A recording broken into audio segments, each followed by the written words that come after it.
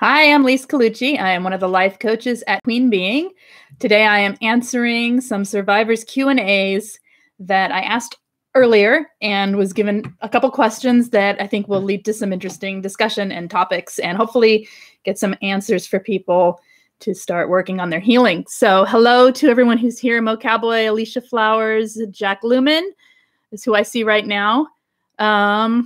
Okay, let's get started. So we had some questions that were asked. One, I'm just going to jump in. Okay, one's about C-PTSD. It says, what does C-PTSD feel like?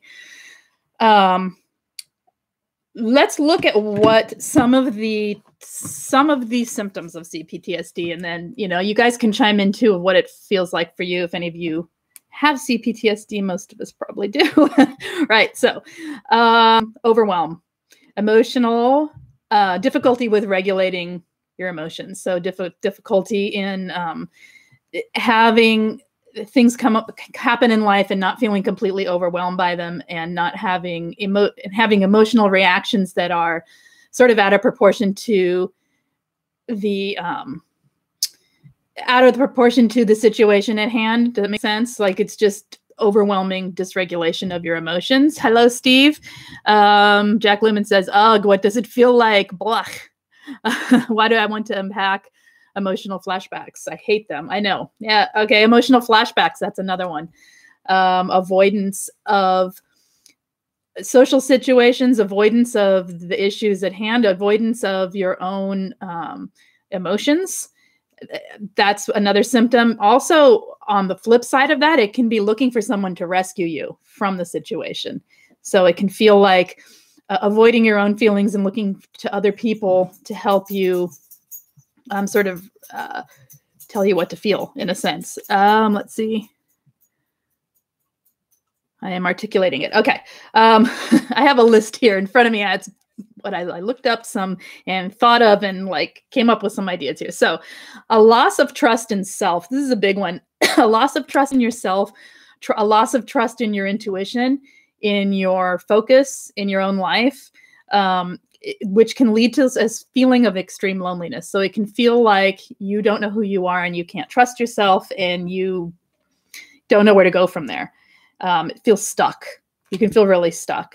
Sleep issues. A lot of sleep issues people have. Hello, Jessica. Insomnia, nightmares, all kinds of sleep issues. Detachment and dissociation. That's a big one. It can, on the flip side of the emotional dysregulation, can be dissociation from anything that triggers you. So if you have a trigger, instead of getting emotionally dysregulated and overwhelmed, you might get overwhelmed and slip into sort of a detached, numb, dissociative feeling. And that's pretty common with C-PTSD. Let's see, preoccupation with the abuse or the abuser. It can feel like a need to continually ruminate on the abuse or the abuser, to hyper-focus on them, that's also part of trauma bonding, but it's also part of C-PTSD. So toxic shame, which feels like you actually deserved the abuse. That's another one. Body tensions. There's a lot of tension in your body. Your body's holding a lot of the trauma. And so those are some ways. What are some other ways? If anyone else has, let me read this before I go on to the next question here. Those are some ways that can feel in your body, in your psyche, in your life. Let's see.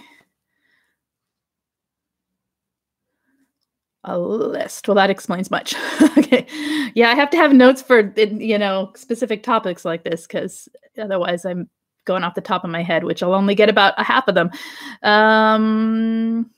Yeah, insomnia takes a while. Misty's saying she still has insomnia. Put some of the list in the comments after you're done. I will try to do so. Let's see, or I will try to put them in the main description. Hello, I off the tiger. I got it right this time. So another question. I'm going to move on to the next question. There were three or four questions that all kind of went together, and I'm going to just go with that. And it was up here. How do you handle unavoidable everyday stress? Stress that's not related to narc abuse. There's a lot more to the questions, but I'm summing them up to make it simpler. So when you have C-PTSD, when you have abuse, when you have trauma, that overwhelm feeling can make it so that everyday stress feels it's unsurmountable, right? It can make things, like I said, with the dysregulation, it can make the tiniest stress feel like a giant, mountain out of a molehill feeling. And so some ways to manage it would be daily meditation, mindfulness meditations, 10 minutes a day. Most of us can carve that out and it can help a lot. It can help a lot. It can do more than help a lot. It actually can start to change your brain. It can start to change your nervous system. It can change a lot. Ange says EMDR music that's right. EMDR, that's another one. Thank you. That's a perfect example of how to get some help if you have a therapist that can do that. Cultivating gratitude. I know that doesn't seem like it would help manage daily stress, but it actually does, because it's your mindset that you entered the day with that you can come back to, that when you're having overwhelming stress, it can be really helpful to have anchors to anchor back to help you kind of come back into a better mindset. In other words, you reset through the day. You don't expect yourself to walk into the day and go all the way full steam ahead to the end of the day and not have stress rear its head and have yourself react to it. You don't have to, but it can help to have things to anchor back to and things to help reset through the day. So breaking down tasks into smaller chunks. If you have a giant to-do list, just take a piece of it. Make to-did lists so that you see what you have accomplished. Because a lot of times when we get overwhelmed with daily stress, we are getting kind of perfectionist with ourselves, and we are sort of feeling defeated because we're not getting everything accomplished on our to-do list. Well, make lists of things you did do and include things that you do for yourself. Bullet journals. Bullet journals help a lot. Look them up. Create self-care ideas for yourself for after a trigger. So if it's daily stress and it's triggering you into feeling like you are having trauma stress, create things in your day to help with self-care, things that nurture you, things for your senses. Take a walk. You know yourself, and this is an area I have done videos on it, and I could do a million more on self-care, but we can come back to that, but that's that answer. Take time outs. Don't go all the way through the day expecting to start at the beginning and just go until the end. Take time outs intentionally before you're stressed out. All right. Understand what stresses you and limit your time with it if you can. Arrange your day so that the stressful things happen, like if you can, at times of day when you can handle it, so that you're not basically if you're operating on fumes, you're not going to get very far. So, and then take time for yourself after. You got to take care of yourself. Okay, on to the next question. And let me read some of these and then we'll get on to the next question. Hello, Broken Wing Angel. Mo Cowboy is researching on mindfulness practices, indicates super results. It's really beneficial. Why do ex-narcs malign Hoover? What do you mean? Why? Can you ask that differently? My brain's on. Why do they Hoover? What? I'm sorry. I'm not following because it's my issue today, not because of you. So ask that differently. Ask it specifically and I'll answer you. That was to Steve. Let's see.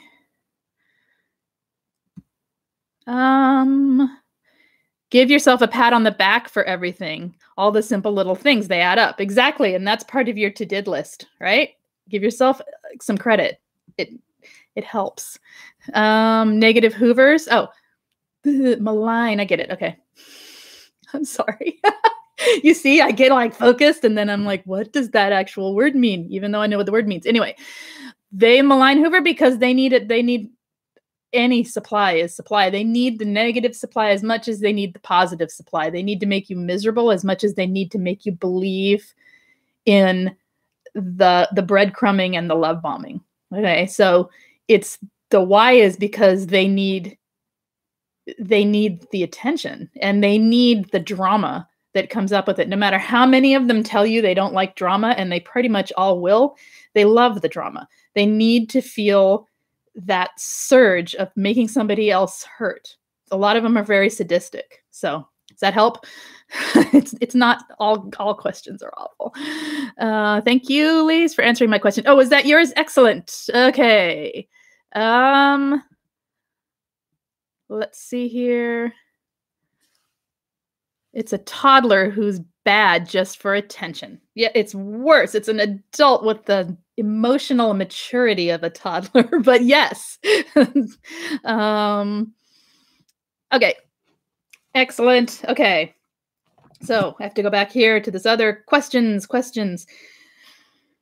Okay. So along the same lines of the other questions, a lot of things went together really well. Learning to trust again. Nope. Let's do that one after, because I have one more here. Where is it?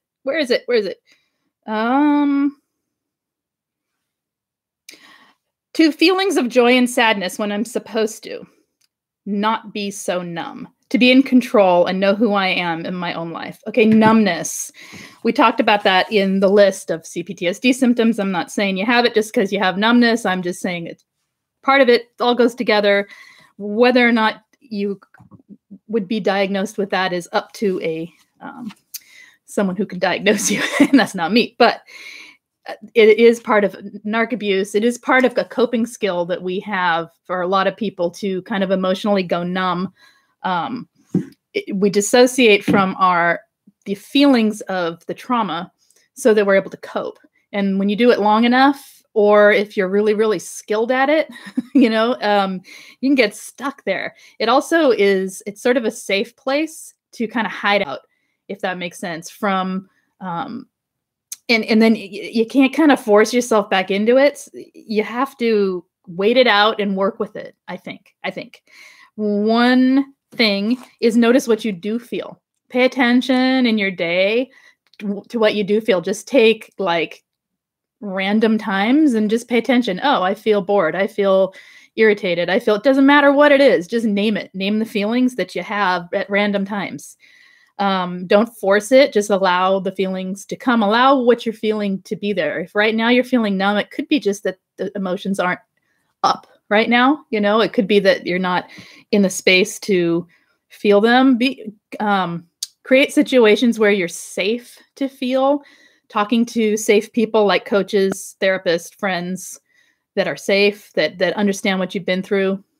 Someone that understands narc abuse. Talking about it. And creating situations so that you have safe support, right? And try not to run from the feelings when you actually start to feel them. Notice the way in which you dissociate from it.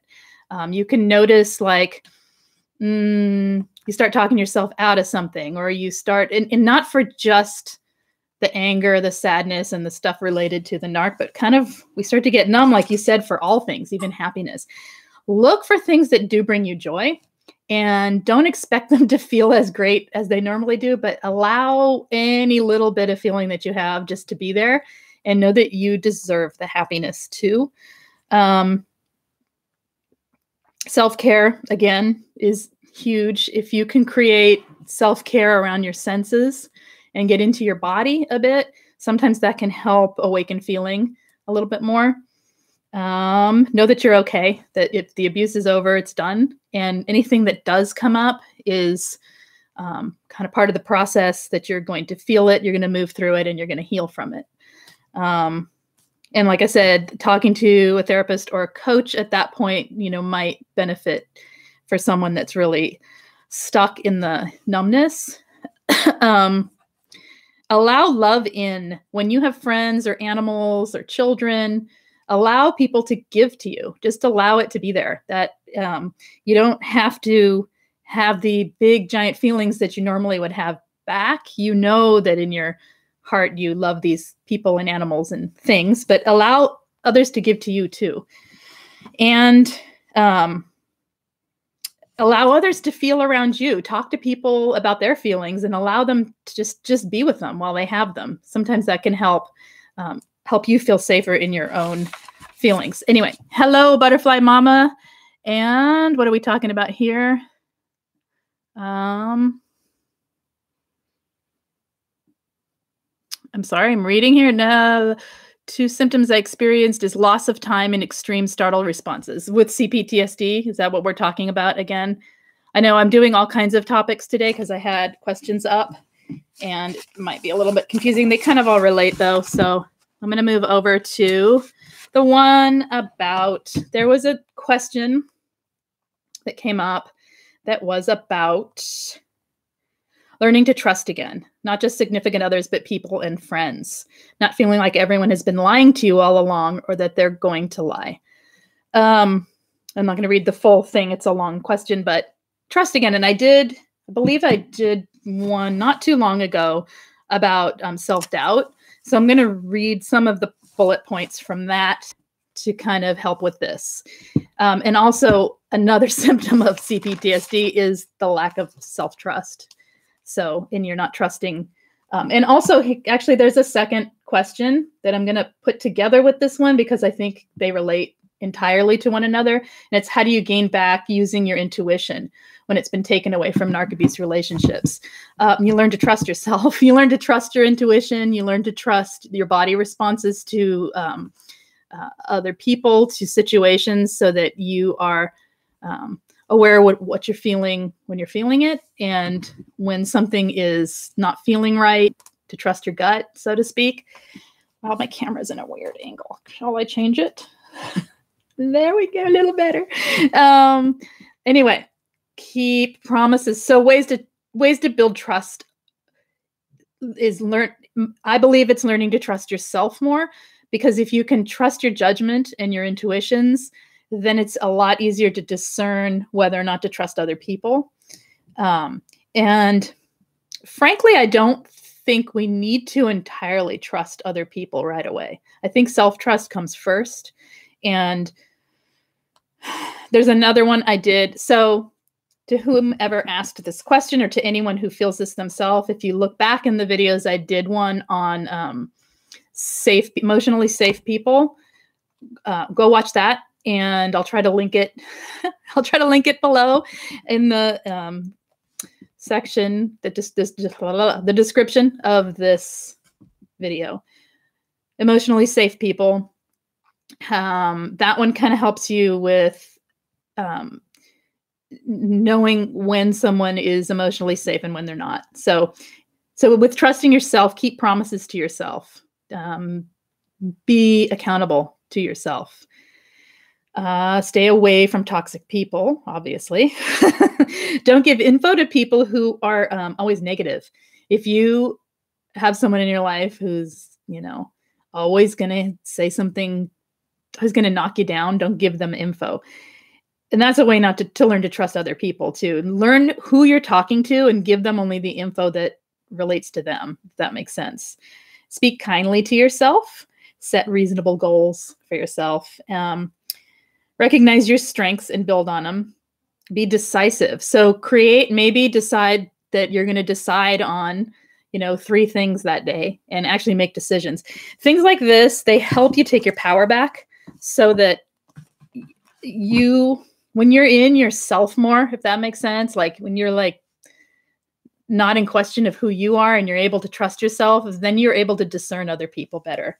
Okay, I'm going to move on. There was a lot more. There's a whole video on it. If you look back, it was on when you doubt yourself. I'll try to remember to put that one in the links too. Let's see what's going on. Trust is difficult with both myself and anyone on the outside. It is. Positive affirmations all day, every day. Yes. I'm like really low. I don't know why I'm so low. Anyway, I'm not going to fix it. I'm going to keep going. Let's see. There was another. Okay. So other questions I don't have notes on. Okay. All right. This is a longer one, but I'm going to read the whole thing because it requires the background. And there's reasons. Anyway, my ex narc, she left him last May, and his new supply is who is now an ex new supply. They met in October. They're both trying to contact me. Looks like they've broken up after showing they were engaged 2 weeks ago and taken each other off their profiles, etc. He says they ended it and it's my fault. And don't worry, just tell her how terrible he is. And he blocked me. She says he tried to love him, but she can't replace me in his heart. Okay, I haven't responded to any of it. I say I don't want anything to do with it or any of it. But she's talking about how he threatens her and she's scared for her daughter and that he'll only let her go if I go back to him. I've always felt guilty and tortured that I can't tell her the truth for all the reasons that we know she wouldn't have been able to hear it, right? But now she's reaching out to me and I'm unsure what to do. I'm suspicious of it being a trap he came up with to get me to talk, just to see what I'd say. Do I wait a few weeks? What do I do? So do I only respond over the phone? I would not respond at all. It's not your responsibility to take care of her. If she is feeling unsafe, she needs to reach out to the police, not his ex, right? It sounds like triangulation to me. It's too much drama for your recovering self to have to deal with. And first of all, I'd never respond to him. Her reaching out to you totally could be a trap and it totally could be legitimate, but at the same time, you don't owe her anything. If anything was said to her, what I would say if it were me, if I decided to say anything, would be seek therapy and seek a protective order. If you're that afraid, get a protective order. And if you feel traumatized by him, get some therapy. That says enough. It kind of says to someone, yeah, I hear you. I know it's not like saying it snarky, but saying it kindly, that get some help. Because, obviously, if you're that afraid of him, something's going on. And I believe you.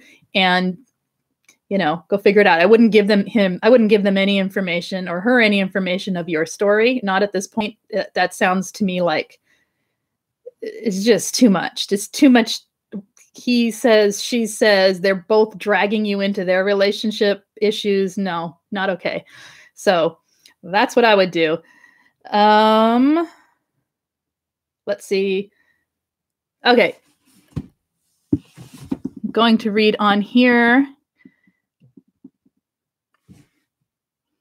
Your responsibility is only to your happiness, correct? And yeah, even if it is a trap, it totally could be. It could be not, but it likely is. Or even if it's not, it's still triangulation, at least on the narc's part, and maybe innocently on her part. I don't know. So yeah, stay far away. And, if you choose to for whatever reason, or if you end up talking to her, I would keep it completely minimal and offer her very basic advice, like get the police involved and get yourself some help because yeah, let's see. All right. Anybody have anything they would like to talk about? We've talked about quite a few topics here, kind of all related. There are a few more questions and I'm going to hold over for the next stream or an additional stream because I will run out of time, I think. Let's see. There's a couple that are related and I need to get some more information on before that's it. Mo Cowboy saying the old movie Fatal Attraction where the new supply blames the wife. If only the wife would be gone. This can be a very dangerous situation. No contact with either and inform the police. It's a good idea. Yeah, it totally could be dangerous.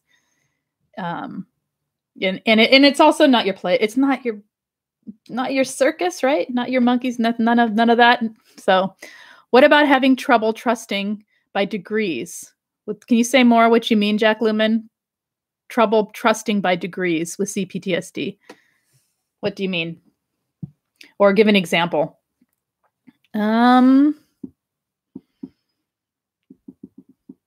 Oh, but the monkeys are so cute. No, they're not. Oh, I had a problem either trusting all or none. Oh, so you're having like black and white thinking when it comes to trust. I completely trust you. I don't trust you at all. Trust none. Yeah. Well, trust yourself. Learn to trust yourself. A lot of it comes back to we've had that damage, and a lot of us feel some element of guilt for having let ourselves be, involved to begin with. And so we have to learn to trust ourselves again. You had trouble fine-tuning the trust. What helped you? Did anything help you? Yes, trust in crisis situations, not trust in times of safety and peace, right? Okay. Black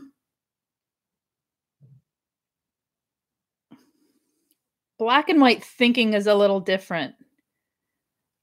Does it go into other things, or is it just trust? And I would say go back to the video on safe people and look at that, because, okay, so you can learn to trust what someone is presenting themselves as. Meaning, if somebody is a really good listener, but they like to gossip, then you don't give them information you don't want spread all over town, right? So you trust yourself to have discernment of who people are and what they're about, so that you give the information only that's pertinent to the situation. So you're not setting yourself up. You can't expect someone who is like, cannot hold their tongue to hold their tongue just because it's you, because they're not going to. So it's learning about people. And does that make sense? That to me is how I would work with all or nothing, because that's a boundary thing for yourself, right? Gwen, hello. She says, married to a narc and keep getting crushes. Then feel super vulnerable if they give me any kind of attention. Embarrassed to say this, but true.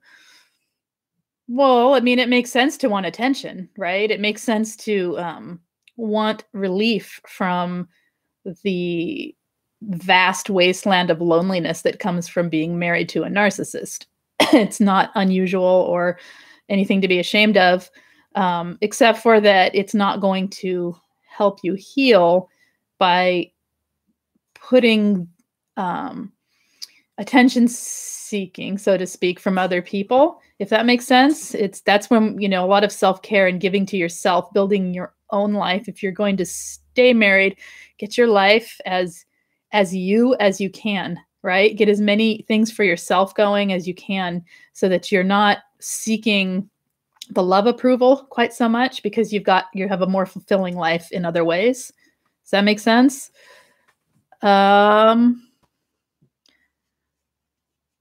Right. And Jack Lemon's saying pretty much the same thing, receiving input and validation for your emotional needs. It does. And it does feel good, of course. And it is vulnerable when they give you attention. And it's also a question, if they know you're married, why are they giving you attention? It just sets up a situation that you're, makes sense, but male attention. Right. I understand. Yeah, I know. So, okay. What is your status, and are you staying in your situation? I don't know the whole story. Jack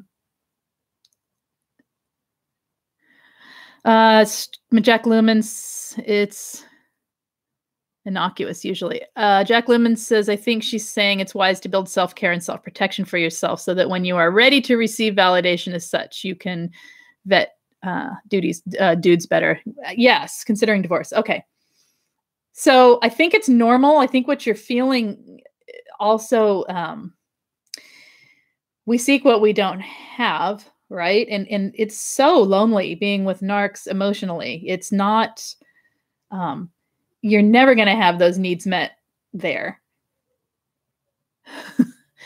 And I mean, it makes sense to want the attention. I think it's common, actually. If we're not afraid of men, then we're seeking attention, because there's just so much missing. So, but there are ways to fill that for yourself. We think it's the male attention that we're after. It could be self-worth that you're after. Go deeper and see what it is that it actually gives you, maybe, right? See what it is you're actually receiving from it. Sometimes it can be self-worth. Sometimes it can be feeling alive again. I mean, there's all kinds of things that could be underneath it. Okay. Yeah. Okay. Anything else, my friends, before we end for today? Self-worth and feeling old and ugly. I feel ya. I understand. I believe me. Self-worth is never going to come from some guy telling you that you're beautiful and that you're worth it. Self-worth, the real self-worth, comes from yourself. It comes from your experience of yourself. All right. Working on the kind of self-care that leads you there. It's really challenging when you're constantly having it negated by a narcissist who's in your life. So you have to be protective of the things that you are doing to help yourself in that regard. Don't share them with a narcissist. Don't share, your joys and your passions. And if you find things you love to do, don't share them with a narcissist. Keep them for yourself, because those are the things that help build your worth. Generosity as you give, gratitude, things like that. Don't share them with anyone who's toxic. Keep them for yourself and keep the self-care going. And, I think I just did one on self-worth too. And if not, I should. That's a good one. I'll maybe do it again soon, because that's a good one. So yeah. And I think be careful, because when you are in a vulnerable state, Gwen, when you're in this space of vulnerability, like we all are, when in the position that you're in right now, that's when other predators sneak in, and you end up with not just a narc, but likely a psychopath, because they know they're playing you. So be careful. Even if it's, if it's innocent, that's fine, but just be careful with those feelings. And Steve is telling you are just the perfect you. That's right. You are. Let's see. Gwen Mo Cowboy suggesting the self-esteem workbook. I don't know who wrote that. He did not put the title, the author, so can't help you with that, but I'm sure he will put it in here soon, or you can look up that title. It is hard to, he's saying it's hard to do, yet it helped. It's hard to get to the root of things like that, because we have to be accountable to ourselves and be honest with ourselves. That and admitting that this is what's going on, that is being honest, and then go deeper and say, what is it that I'm actually seeking? It's not just the attention and validation. There's something more, most likely. And how can I gain that in my life without sacrificing myself or my own moral code, right? Because then you have a whole nother problem, and then your self-esteem dumps, right? So there we go. All right. Anything else that you all want addressed? Your phone blew up. What happened? Broken Wing Angel. Okay. I have a couple more questions to get to for next time, and I will do that. So if I did not answer yours and you asked, hold tight. I'll get to them as soon as I can this week. Gwen says, you know what? It's also about me just being and acting myself. You know what? I totally get that, because when you can act yourself, do you mean that when you're around these other people, you're able to be yourself and you can't be around the narc and it feels really good to be yourself? Is that what you're talking about? Because if so, that's you crushing on yourself, and that's good. Yes, you're funnier. Oh my gosh, I get that so much. I totally get that. experience that you're talking about. If I'm understanding it correctly, at least I have my own version, but yeah.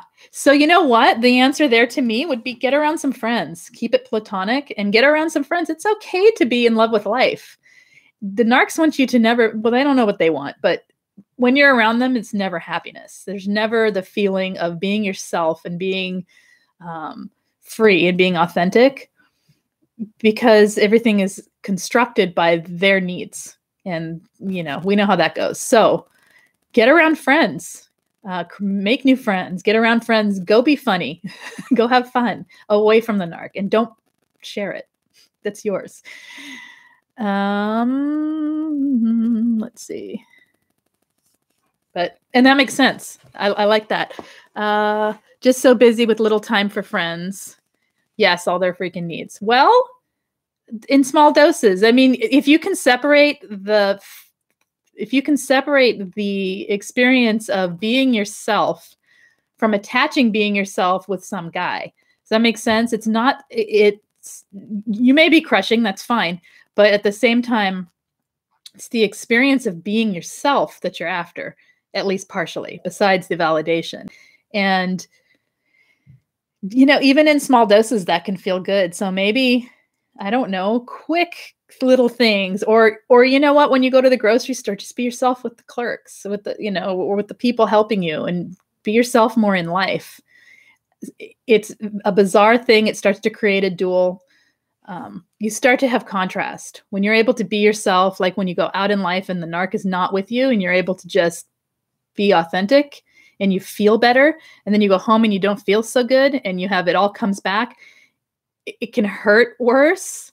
Right? Because we numb ourselves when we stay in that negative state and that depressive state. We're numbed down. But when we allow the contrast in, it makes the decisions much more clear, stay or leave. Because then you have to look at it. It forces you to look at your own needs. Right? So, excuse me. Yeah. And practice. Yeah. Everyday people. It's true. It's not even, well, you say practicing, and I also mean experiencing. Just let yourself be yourself.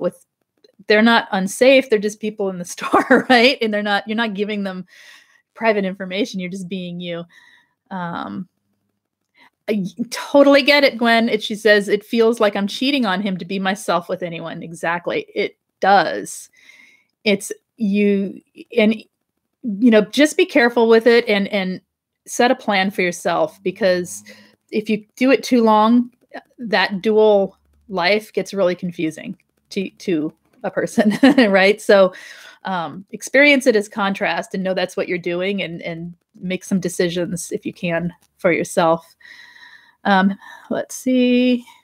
I'm glad you're here too, Butterfly Mama. Okay. All right.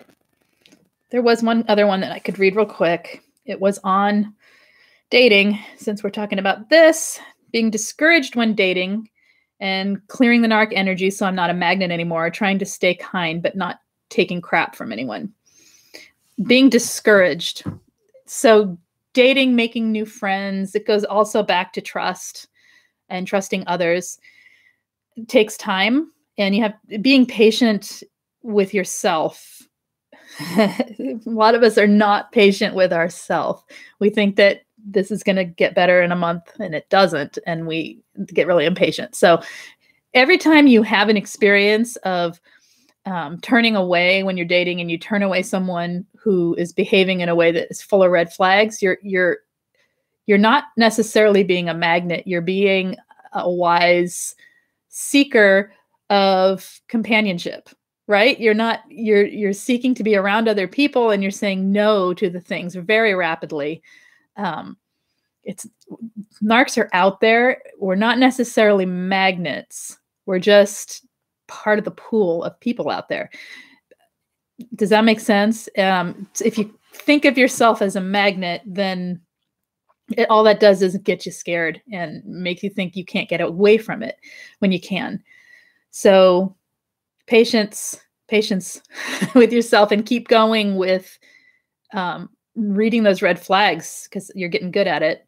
And eventually they'll, you know, also seeking different types of people to talk to, different people who have different views on life, different likes, dislikes, you know, just changing it up so that you're not, I don't know. It seems like there's certain qualities. So if you think it's you, look to the qualities that you're looking for and step it up. If you think it's you, just step up the expectation and raise your expectations for people before you even meet them. Does that make sense? If you think it's you. So let's see. Anything else here? Okay. Okay. All right. I think that is it for today, you guys, unless there's anything. Hi, Rebecca. I am still here. I'm about to head out unless you have anything you want to talk about or you have a question. Otherwise, I'm about to end and see you guys soon. Okay. I'm waiting a second. Nothing? Okay. So thank you all for joining me today. It was a lot of varied information and questions, but it was kind of fun. And I appreciate talking to all of you. I will see you. I've switched Thursday's time to 12:45 p.m. So that's 2:45 p.m. on Thursdays. So it's an afternoon, late afternoon. And that will be the Thursday time, unless I got it wrong, but I believe that's what I said. And it's close to that anyway. It's the afternoon on Thursdays. This will be the evening one. That'll be afternoon. And I will see you then, unless I pop on tomorrow, which I don't know yet. So that's it. Thank you very much. I appreciate you all, and I wish you well. Have a good night. Bye-bye.